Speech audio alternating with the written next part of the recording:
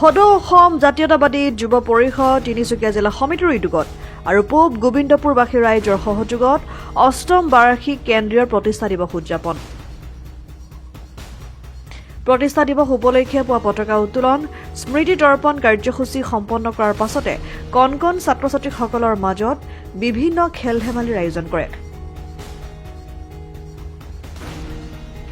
কেন্দ্ৰীয় প্ৰতিষ্ঠা দিৱসৰ কাৰ্যসূচীত তিনিচুকীয়াৰ জ্যেষ্ঠ সাংবাদিক ৰঞ্জিত দত্তক নিৰ্ভীক সাংবাদিকতা ২০২৫ বঁটা, সংগীত শিল্পী মাধৱ ৰঞ্জন গগৈক বিশিষ্ট যুৱ শিল্পী ২০২৫ বঁটা, সময় গগৈক নিৰপেক্ষ সমাজ হিতৈষী ২০২৫ বঁটা প্ৰদান কৰে।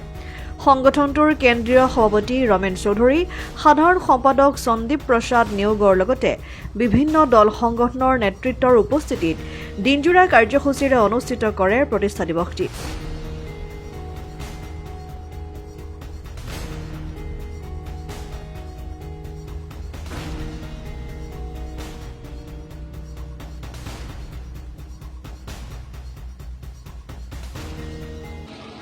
প্ৰথমে সকলোকে নৱবৰ্ষ আৰু আগন্তুক ভোগালী বিহুৰ ওলগ যাচিছোঁ।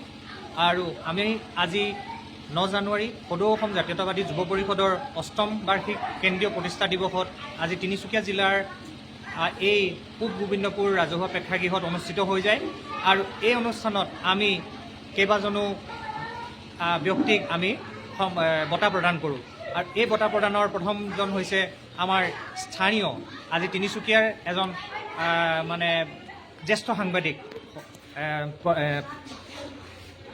জ্যেষ্ঠ সাংবাদিক নিউজ লাইভৰ ৰঞ্জিত দত্ত ডাঙৰীয়া, আৰু তেখেতক আমি বঁটা প্ৰদান কৰোঁ নিৰ্ভীক সাংবাদিকতা বঁটা ২০২৫। তাৰ পাছতে আমি সময় গগৈক, ইউটিউবাৰ সময় গগৈক আমি বঁটা প্ৰদান কৰোঁ।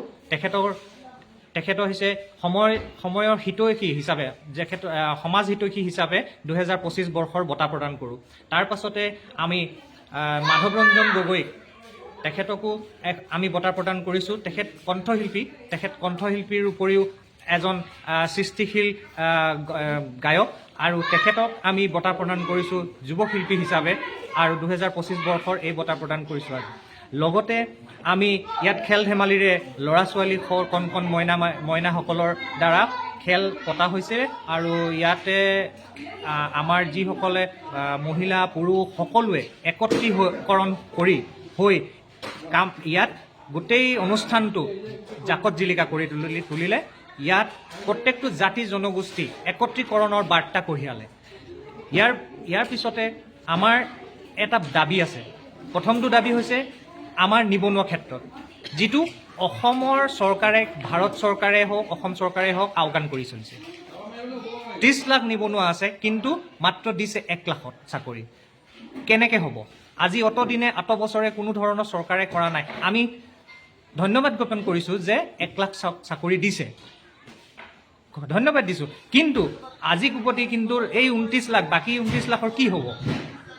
আমি দাবী জনাইছোঁ ১০,০০০কে প্ৰত্যেক মাহত এটা নিবনুৱা ভাত্তা প্ৰদান কৰক। তাৰ কাৰণে আমি ভাত্তা প্ৰদান কৰিবলৈ আমি দাবী জনাইছোঁ। ২ নম্বৰ হৈছে মূল্য বৃদ্ধি এডুপকৈ বাঢ়ি গৈ আছে। তেওঁলোকে কৈছে আমাৰ দৰমহা বাঢ়িছে, কিন্তু দৰমহা বাঢ়িছে, কিন্তু সাধাৰণ লোকৰ কিন্তু দৰমহা বঢ়া নাই। তেওঁলোক দৰমহাহীন হৈ আছে, কোনো দৰমহা পোৱা নাই। তেওঁলোকে নিজে কৰ্ম কৰিছে, কৰ্ম কৰি খাইছে, যেনেকে তেনেকে চলিছে। তাৰ কাৰণে আপোনালোকক মই অনুৰোধ,